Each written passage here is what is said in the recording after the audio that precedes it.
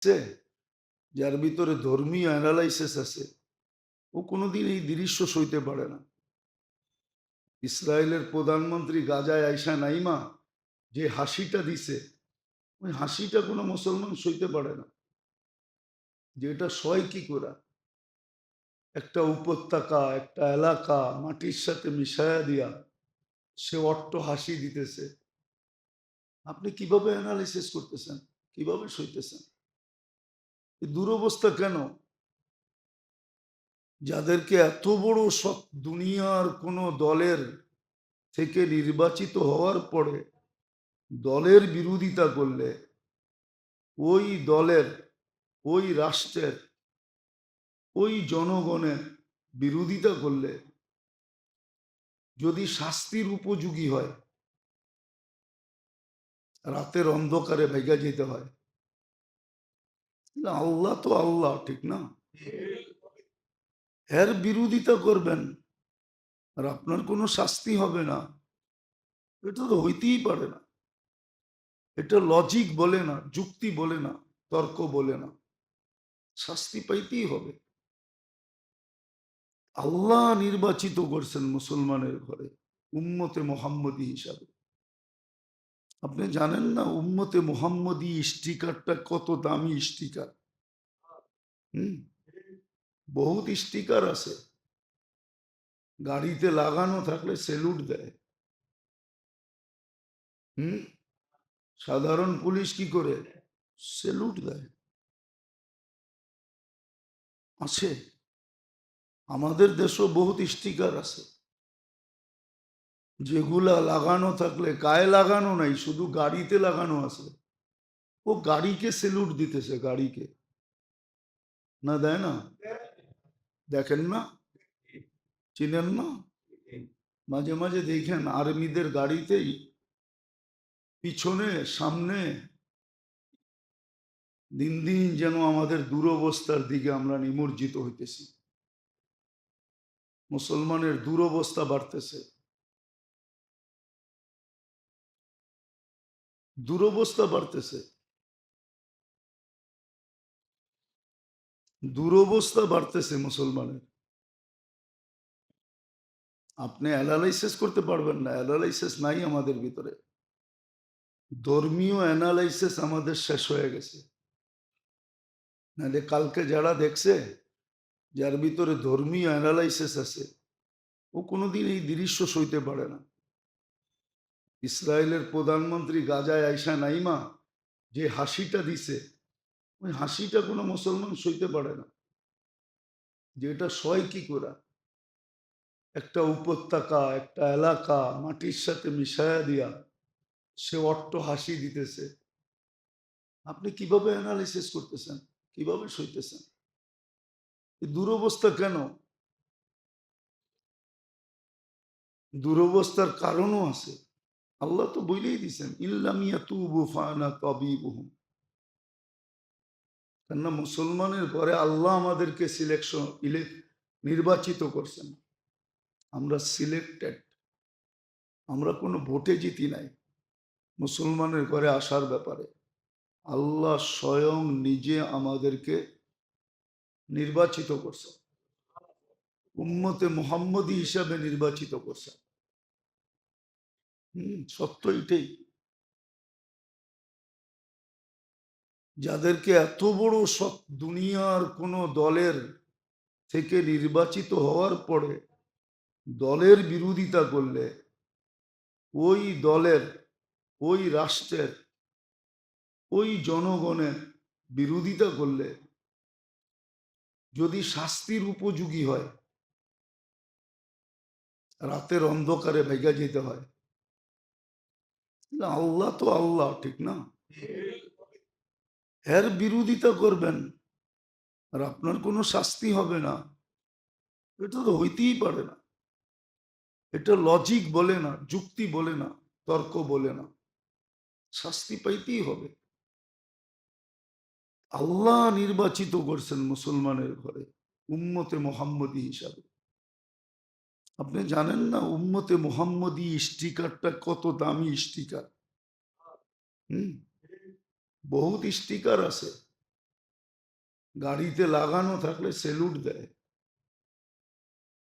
হুম, সাধারণ পুলিশ কি করে? সেলুট দেয়। আছে, আমাদের দেশও বহুত স্টিকার আছে যেগুলা লাগানো থাকলে, গায়ে লাগানো নাই, শুধু গাড়িতে লাগানো আছে। ও গাড়িকে সেলুট দিতেছে, গাড়িকে। না দেয় না? দেখেন না? চিনেন না? মাঝে মাঝে দেখেন আর্মিদের গাড়িতেই পিছনে সামনে স্টার লাগানো আছে, স্টার। 1 স্টার, 2 স্টার, 3 স্টার লাগানো আছে। যাইয়েন রাস্তাঘাটে, খালি ডানা কাটা দেখেন না, এগুলো দেখেন। খালি তো রাস্তা দিয়ে যাওয়ার সময় খালি ডানা কাটা দেখি, ঠিক না? রাগ হয়ে গেলেন?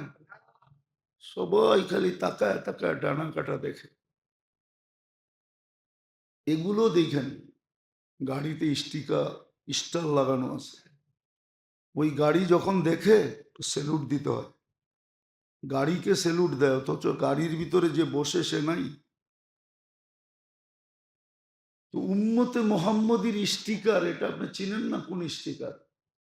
এটা দেখলে ফেরেশতা পর্যন্ত সেলুট দেয়। মানুষ দেয় না, কিন্তু ফেরেশতা দেয়। এটা দেখলে রাস্তা সেলুট দেয়, জমিন সেলুট দেয়, প্রত্যেক সৃষ্টি সেলুট দেয়।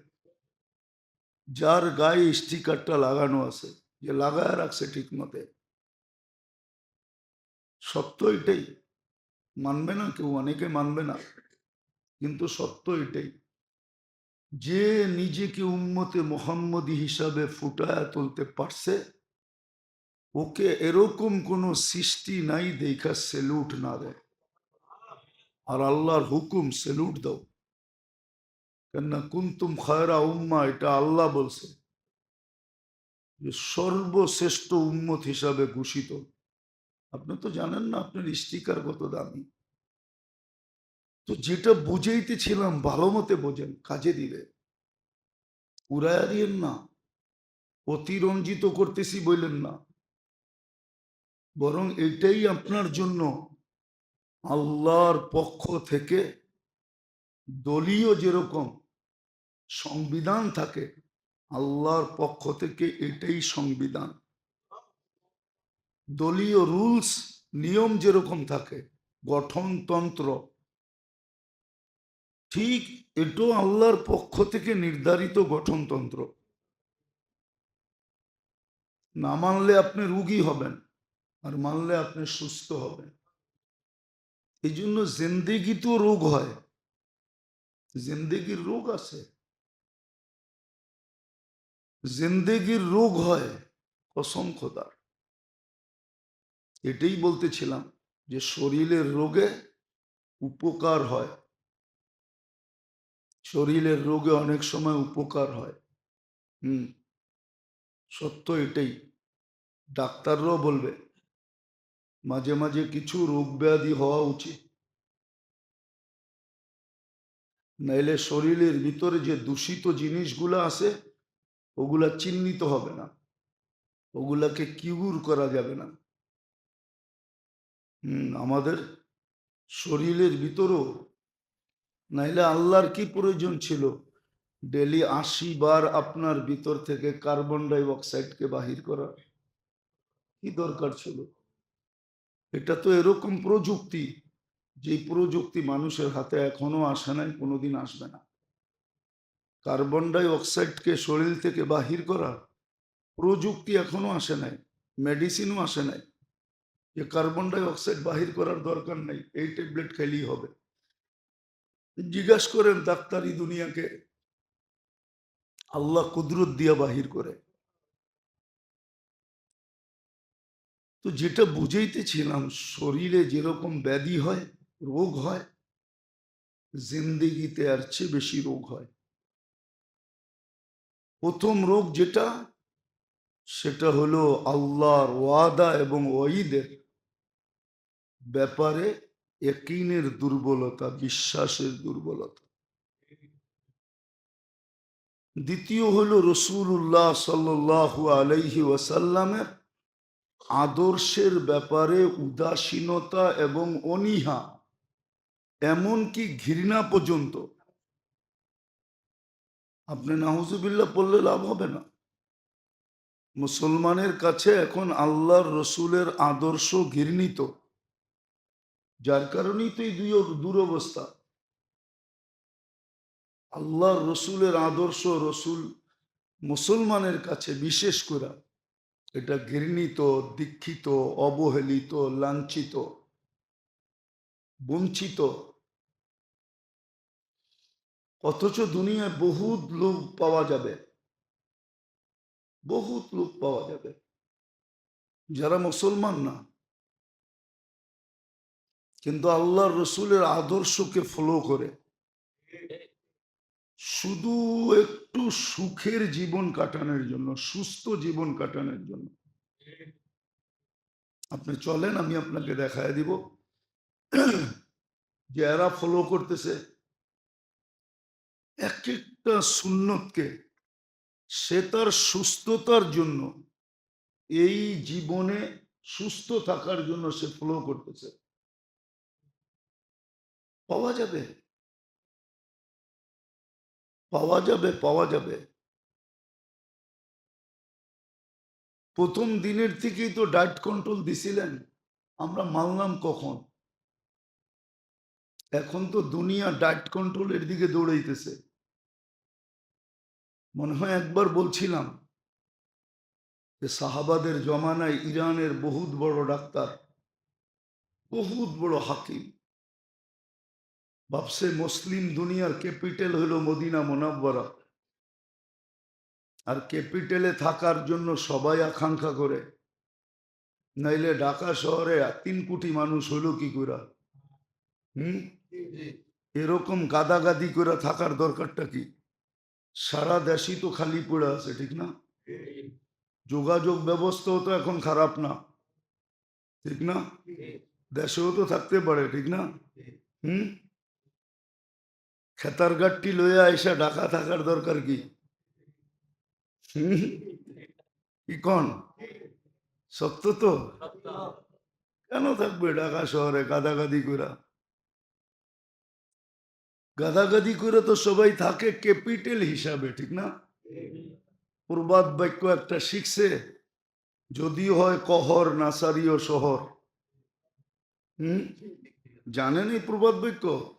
মনে হয় জানেন না, অনেকে জানে না। যদিও হয় কহর নাছারীয় শহর, এই প্রবাদ বাক্যের তো ও ভাবছে ক্যাপিটাল মদিনা মুনাওয়ারা, ক্লিনিক খুললে খুব চলবে।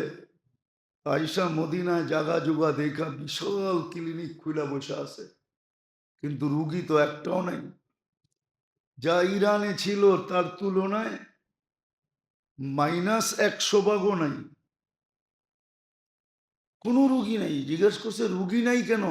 বলছে জানি তো না। বলছে বলো তোমাদের খাওয়ার পদ্ধতি কি? বলছে আমাদের নবীজি আমাদেরকে বলে গেছেন, লা তাকুল হাত্তা তাজু, খিদা না লাগলে খায়ও না, খিদা না লাগলে খায়ও না। আমরা তো খাওন পাইলেই খাই, খিদা মিদা দেখি না, ঠিক না? খাওন পাইলেই খালি গপ গপ গপ গপ গপ গপ চলতে থাকে, ঠিক না? তো বলছে খিদা না লাগলে খাও না। বলছে তারপরে কি বলছে? ওদের ইদা আকাল তাফালা তাসবা, যখন খাবে তো পেট বইড়া খাবে না, পেট বইড়া খাবে না। আমরা তো গলা পর্যন্ত খাই, ঠিক না? তারপরে কি কয়, বোরহানিটা নিয়ে আসেন, একটু খায়া বসি, দেখি একটু কমে কিনা, জাগা হয় কিনা, আবার খামো। কি বিয়ে বাড়ি গেলে তো এটাই করে, ঠিক না? কারো দাওয়াতে গেলে তো এটাই করে, ঠিক না? পেট বইড়া খেও না,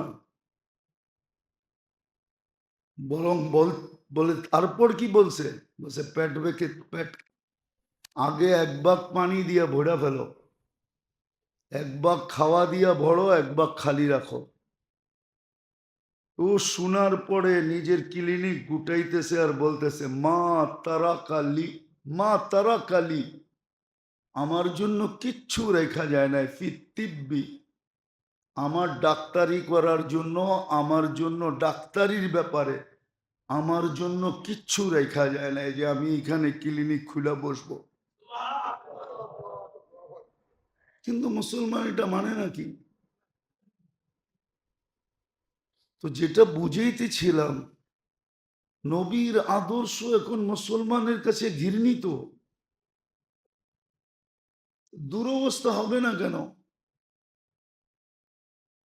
আগে তো মানুষ ফল কাটতে যায়ও জিজ্ঞাসা করতো যে আল্লাহর রসুলের কাটার তরিকা কি। হ্যাঁ, ইলিয়াস রহমতুল্লাহ আলের সামনে ফল নিয়ে আসছে, তো জিজ্ঞাসা করছে কাটার তরিকা কি, আমাদের জানা নাই। তাহলে সরাও, খাবো না। যখন কাটার তরিকা জানো না তো খাবো না। ফল কাটার দোয়া জানেন? এটাও তো জানি না। কিতাবে আছে, ওই দোয়া পড়া কাটলে যদি ফল বেশি তিতা হয় তাহলে তিতা কমে যাবে। মিষ্টি যদি না থাকে, হালকা মিষ্টি হলেও তার ভিতরে চলে আসবে। দোয়াই তো জানি না। ফাযাবাহুহা ওয়া মা কাদু ইয়াফআলুন, কোরআনের আয়াত। এই আয়াত পুরা ফল কাটতে হয়। তরিকা তো জানি না। এটাও কিন্তু রোগ, জিন্দেগির রোগ। আল্লাহর রসুলের আদর্শকে না মানা, ডিনাই করা, ক্রিটিসাইজ করা, এটাও রোগ, জিন্দেগির রোগ। বরং সবচেয়ে বড় রোগ এটা হলো মাপকাঠি। প্রত্যেক জিনিসের মাপকাঠি আছে, একটা মাপ দিয়া তারপরে তৈরি করে। আমাদের জীবন আল্লাহর কাছে গ্রহণ হওয়ার মাপকাঠি হইলেন মাপের কাঠি। মাপকাঠি বুঝেন? মাপের কাঠি এটা হলো মুহাম্মদুর রাসূলুল্লাহ। এটাও রোগ। তৃতীয় রোগ হলো মনচাহি চলা, যেটাকে শাহওয়াত বলে। শাহওয়াত, শাহওয়াত বলে এটাকে, মনচাহি চলা, এটা তৃতীয় রোগ। এই জন্যই তো স্লোগান বাহির হয়েছে, আমার জীবন আমি কাটাবো, যেমন খুশি তেমন কাটাবো। এইখান থেকে এই স্লোগান সৃষ্টি হয়েছে, পয়দা হয়েছে। এই স্লোগান আসছে এইখান থেকে, মনচাহি থেকে। আমার জীবন আমি কাটাবো, যেমন খুশি তেমন কাটাবো। ওকে যদি প্রশ্ন করা হয় জীবন যদি তোর হয় তাহলে এটা গতি রোধ করে দেখা। জীবন যদি ওর হয় তাহলে ওকে যদি প্রশ্ন করি যুক্তিসঙ্গত যে তোমার জীবনটার গতিটাকে রোধ করে দেখাও, এটাকে পাওয়ার ব্যাংকে ভরা দেখাও, এটা তো কেউ দেখাইতে পারবে না। জীবন তো এক গতিতে চলতেছে চলতেছে। তাহলে বোঝা গেল উক্তি এটা ঠিক না। আর এটা সৃষ্টি হয়েছে ওইখান থেকে, ওই যে সবাই মন চাহি চলে, মন মতো চলে, পছন্দ মতো চলে, ইচ্ছা মতো চলে। এইখান থেকে এই স্লোগান বাহির হয়ে আসছে, আমার জীবন আমি কাটাবো, যেমন খুশি তেমন কাটাবো। তখন যখন জীবন আসছে, তো জীবন আবার আরেকটা প্রবাদ বাক্যকে টেনে নিয়ে আসছে। এখন দেহটাকেও নিজের মনে করতেছে কি, দেহটাও এখন আরেকটা স্লোগান বাহির করছে, আমার দেহ আমি দিব, যাকে খুশি তাকে দিব। কিন্তু দেহটা যদি ওর হয় তাহলে ও বুড়ি হয় কেন, ও বুড়া হয় কেন, ওর চুলদাড়ি পাকে কেন, ওর চুল পাকলো কেন? হুম, কেন পাকলো? হুম, কত মডেল আলাই তো ছিল, এক সময় মানুষ চোখ তুলে তাকাইতো, এখন কেউ তাকায় না। পত্রিকায় তো মাঝে মাঝে দেখি বহুত নায়িকা আছে, বহুত নায়িকা আছে, ছোট পর্দার হোক আর বড় পর্দার হোক, খুঁজলে পাবেন 2-4 জন এখন বস্তিতেও বাস করে। পেপার উঠান, বলবেন হুজুর কি এগুলো দেখেন? পেপারে লেখছে, আমার দেখতে অসুবিধা কি? পেপারে যদি না লেখতো তাহলে তো আমি বস্তিতে যেয়ে খুঁজতাম না। লেখছে তো মিডিয়া আলারা, ঠিক না? না লেখে নাই? নাই? হ্যাঁ আছে, সত্য। বস্তিতেও বাস করে, কেউ তাকায় না এখন। তো দেহটা যদি ওরই হইতো তাহলে ও তো দেহটাকে এই দুর্দশায় পড়তে দিত না, ঠিক না? বুঝা গেল দেহটাও আমার না। এই দুইটা স্লোগান পয়দা হয়েছে, সৃষ্টি হয়েছে এই রোগের থেকে, যেটাকে বলে মন চাহি জীবন। এটার থেকে এই দুইটা স্লোগান তৈরি হয়েছে, আর তৈরি মুসলমান করে নাই। যারা ডুবছে, ওই উর্দুতে একটা প্রবাদ বাক্য আছে, হাম তো ডুবে হ্যাঁ সনম তুঝে লে ডুবেঙ্গে। হাম তো ডুবে হ্যাঁ সনম, বোঝেন? মনে হয় উর্দু বোঝেন না, ঠিক না? এটা উর্দু হিন্দি দুটোটাতেই বলা হয়, অসুবিধা নেই। এটাকে হিন্দিতেও বলা হয়, বরং সনম হিন্দিরই, উর্দু না। হাম তো ডুবে হ্যাঁ সনম, এটা হিন্দি, এটা উর্দু না। আবার কেউ রাগ হবেন না যে পাকিস্তানি হয়ে গেছি, না, ইন্ডিয়ানই আছি।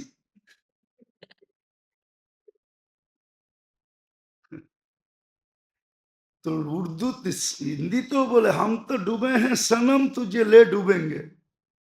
আমরা তো ডুবছি, তুগুরে ডুবে ছাড়বো। আর মুসলমান তো হলো অতি উৎসাহী, অতি অতি ভাবে চিন্তা করে না। প্রবাদ বাক্য বুলা গেছে, ভাবিয়া করিও কাজ, করিয়া ভাবিও না। ভাবিয়া করিলে কাজ সুক্তার হয় না, ভাবিয়া করিলে কাজ মরণের ভয়। সত্য এটাই। তো এটা আমাদেরকে ডুবাইছে, আমরা অতি উৎসাহী। আমাদের ছেলে পেলে দেখেন না, যুবকরা অতি উৎসাহী। একটা বাহির নেটে আসতে দেরি, সর্বপ্রথম মুসলমানরা চুমা দিতে দেরি করে না। এক সময় দেখতাম ছোটবেলা, পুরুষে প্যান্ট পরতো, নিচে দিয়া অনেক ডোলা, দেখছেন না? হ্যাঁ, হাঁটলে মনে হইতো উপরে না দেখলে নিচে দেখলে মনে হইতো ছায়া পইরা হাঁটতেছে। হ্যাঁ, হাসার বিষয় না, তোমরা দেখো না, আমরা দেখছি ছোটবেলা, দেখছেন না? হ্যাঁ, এটা কে জানি ছেড়া দিছিল, ওরা একবার পয়রা ছেড়া দিছে, কিন্তু মুসলমান এটা অনেক দিন চালাইছে। এটাই একটা ফ্যাশন, এটাই একটা, কোন দিন জানি আল্লাহ জানে ল্যাংটা চলা ফ্যাশন হয়ে যায়।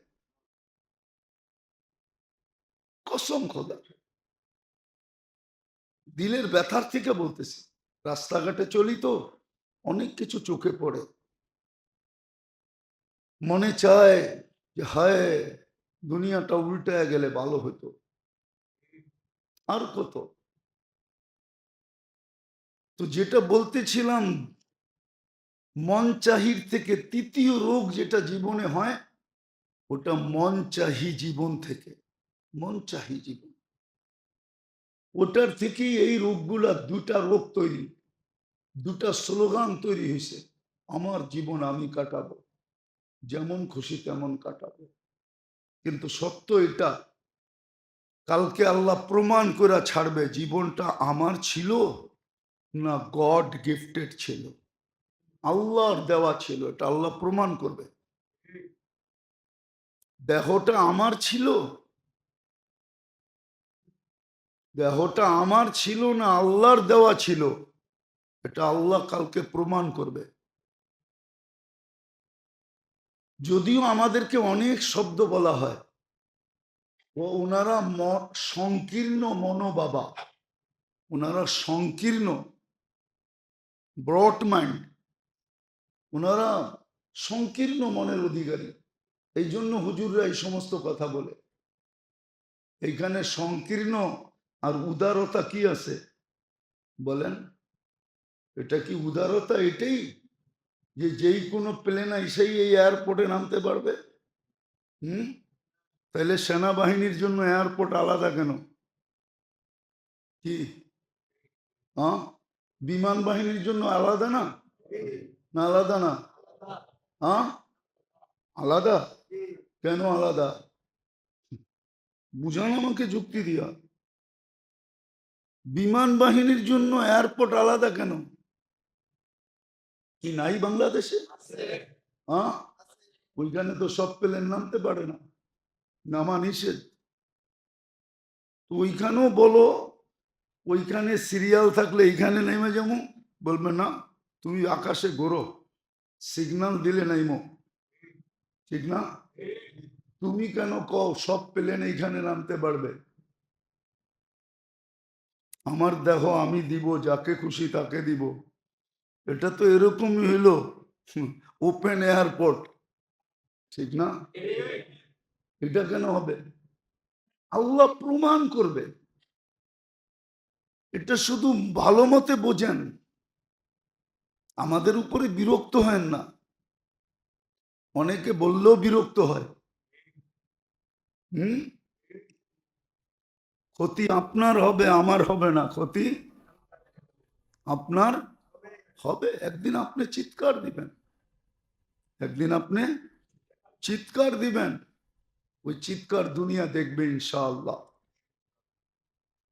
ওই দিন আপনার বিবেকের পর্দা খুলবে, কিন্তু কোনো লাভ হবে না। আজকে আমরা খোলাইতে চাইতেছি, কিন্তু আপনি যাইতা দইরা, অনেক সময় হয় না দরজা খুলতে চায়, ভিতর থেকে একজনে যাইতা ধরে যাতে না খুলতে পারে। আপনি ভিতর থেকে যাইতা ধরছেন যে না আমার বিবেকের পর্দার খোলা দরকার নাই।